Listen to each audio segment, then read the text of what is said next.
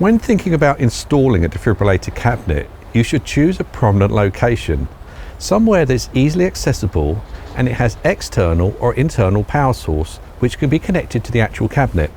The importance of having an electrical supply is the fact that the cabinet contains the thermostatically controlled heating element and the lights. This needs to be powered by 240 volt AC currents. When considering what surface to mount your defibrillator cabinet on, you should always ideally aim for solid brick.